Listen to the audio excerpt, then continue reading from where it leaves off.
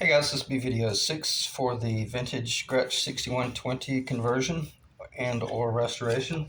And I'm going to just dive right in. I don't really have a point list, so I'm just going to go off the top of my head again.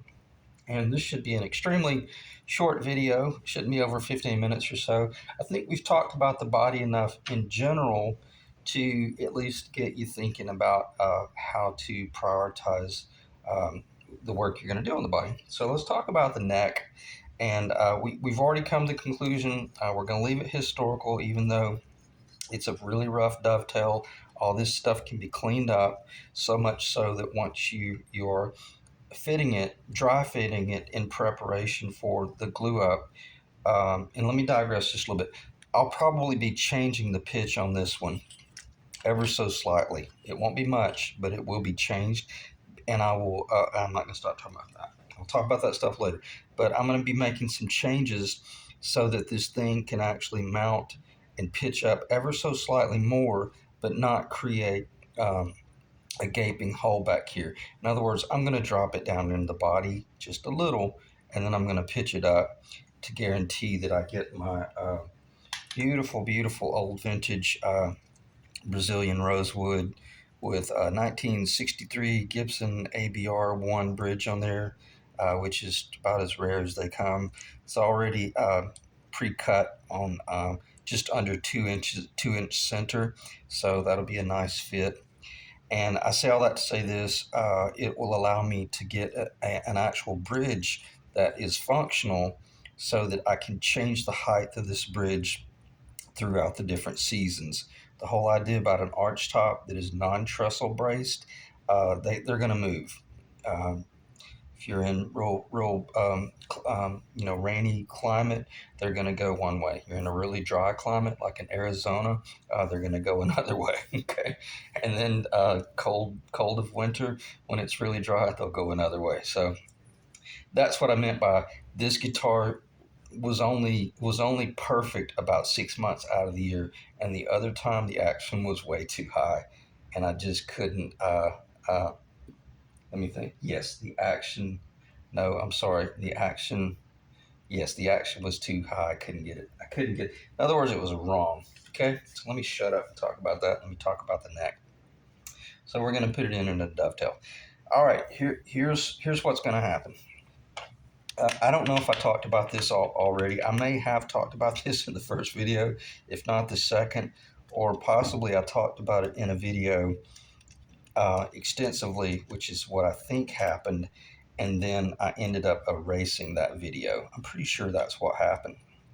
But in one of the videos, I spent an enormous amount of time talking about it. So let's cover it again. But let me reel myself in and just go straight to the finish line, as I like to say. You got one of two options, and if you count yourself ever so fortunate if you have this option. And let me make certain that I clarify something. I'm not bragging about any of this, and there was a part of me that it really hurt to win Grandpa's Waverly's for $17. And if Grandpa had been around, he probably would have put somebody through the wall, knowing that they took his guitar apart and parted it out on eBay. But nonetheless, I'm not bragging about any of these deals. But if anybody deserves to get these tuners, it's me, because man, I've waited for this type of opportunity for a long time. And so on that note, in honor of Pops, whatever his name may be, I just know he was from Jersey. Let's put the Waverleys on this Gretsch, and in so doing, I'm gonna have to fill up this idiot hole. And who's the one that did that hole? I am. I'm the one that drilled that. I may have already cleared. I think I did go over that in one of the videos, and I kind of whipped myself like a Tibetan monk. But nonetheless, that should have never been done. But I did do it. So let me just put it behind me and see if I can get the little face washer here. See how small they are? They're so small. I mean, it's about to fall into that hole.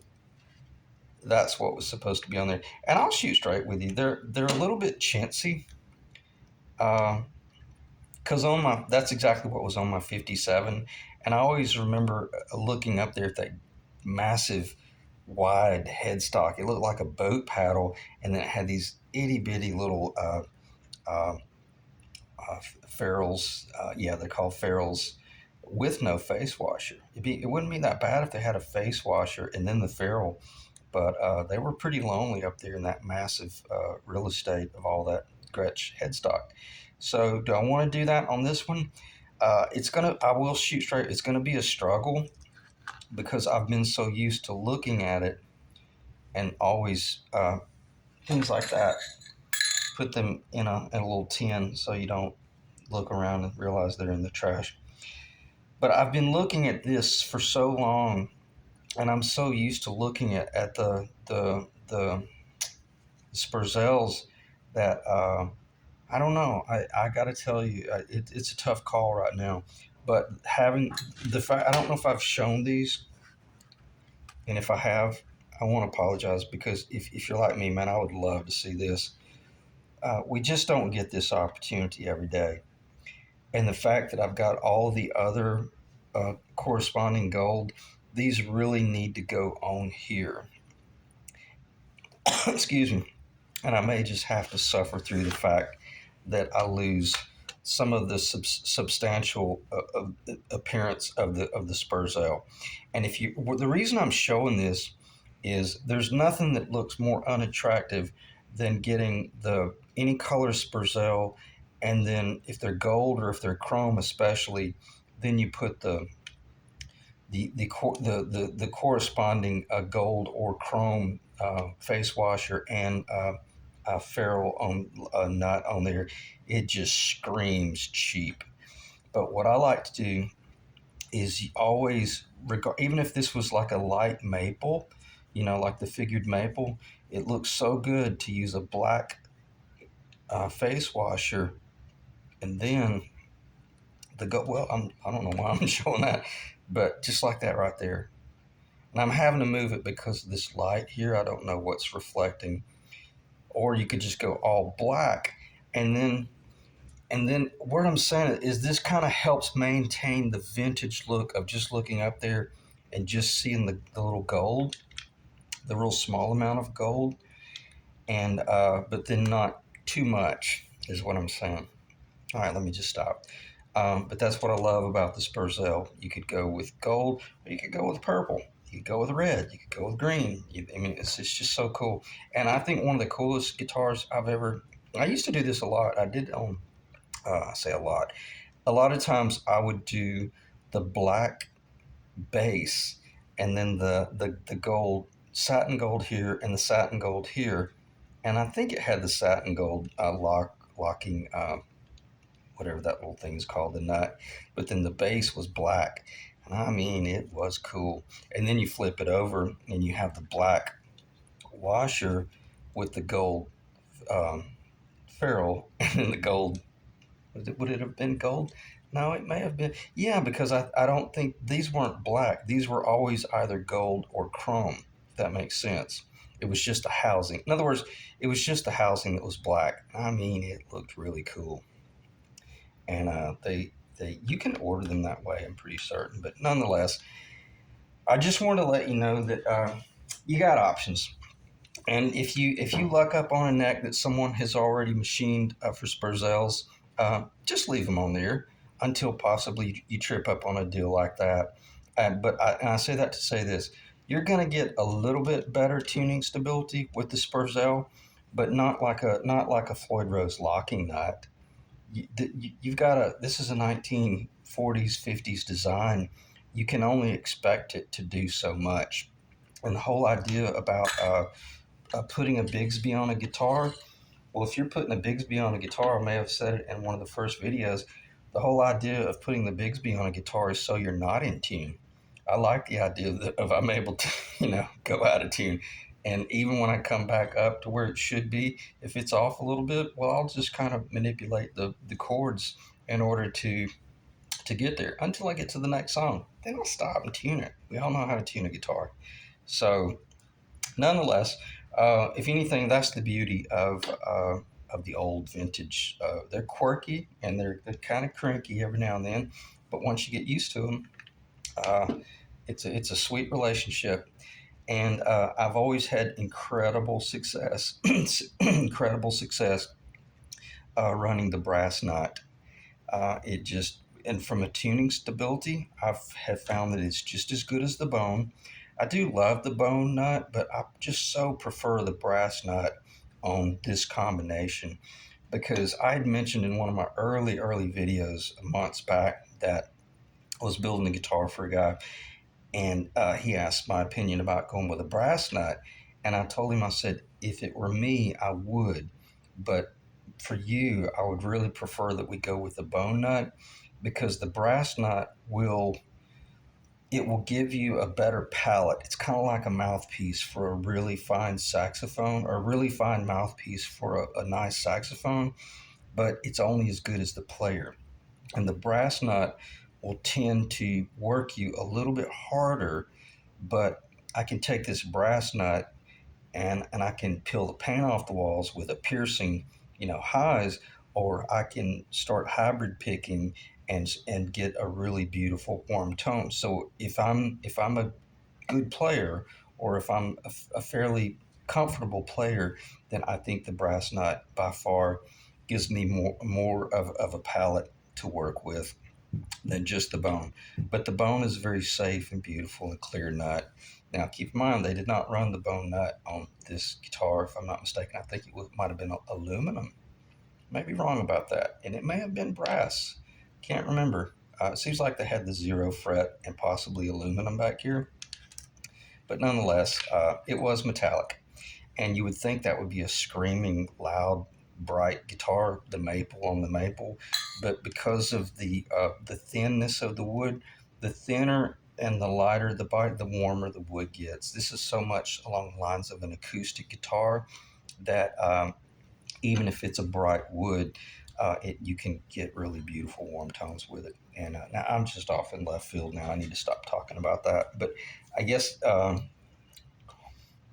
I guess I do like to talk about those things because it took me a long time to realize that if you're looking at your different options, whether it be the tusk or the bone or the brass, and if you're not familiar with them, you would look at the brass and you think, oh no, stay away from that. That might be really bright metallic, and you wouldn't realize how beautiful and warm and clear the brass is until you become a player, and it'll shock you to realize that wow, I don't need Honduran mahogany and a bone nut in order to get a really beautiful, sweet, warm tone. And that's what was shocking to me. And it also made me realize what an incredible combination of engineering that was going on here, where you have the combination of the maple, which was plentiful and is still very plentiful in the United States. So they were able to harvest it here in the States and build phenomenal instruments. And the only thing that was really coming from somewhere else would have been the Brazilian rosewood, which was and is a phenomenal wood. So, but the I have an Indian rosewood on that little penguin, and I got to tell you, it sounds amazing. Just so is it as magical and mystical as everyone claims? Most people don't know what they're talking about. I'm not being mean. I'm just saying they really don't. It really boils down to the craftsmanship, but it is a phenomenal wood and it's beautiful. All right, so let me check the time. 14 minutes. I think I'm going to end the video right there because I don't know if I mentioned this. I think I did mention it, but I did not in this video. I spent about 2 hours cleaning out all these fret slots, and I'm getting ready to actually do some work on this guitar. The next video, I probably will have these frets installed, and they'll be overhanging and rough, and I'll talk about how I do my fret work. Okay, I'm not going to show you how to do frets. That's I've got videos for that. And if anything, within another video or two, I might say, hey, by the way, if you're interested in building a neck, here's where you need to go. Or if you're interested in doing fret work, go to this video, which I've already mentioned. So I'm going to end the video right there. And hopefully I covered enough information that it made sense and my reasoning as to why I very likely will go back to this route, just primarily because it's just not an opportunity that presents itself every day. and I think it'd be really pretty to get the guitar back to its original state, because it just will be. And again, it's very rare that that opportunity pops up. And as I think if anybody should realize by now, I'm not bragging. It's just that I'm so excited about it. I kind of wanted to share it with people and realize that, hey, those opportunities still exist. I thought that's what it is. I thought those opportunities had kind of come to an end, and then it shocked me to realize that there still are some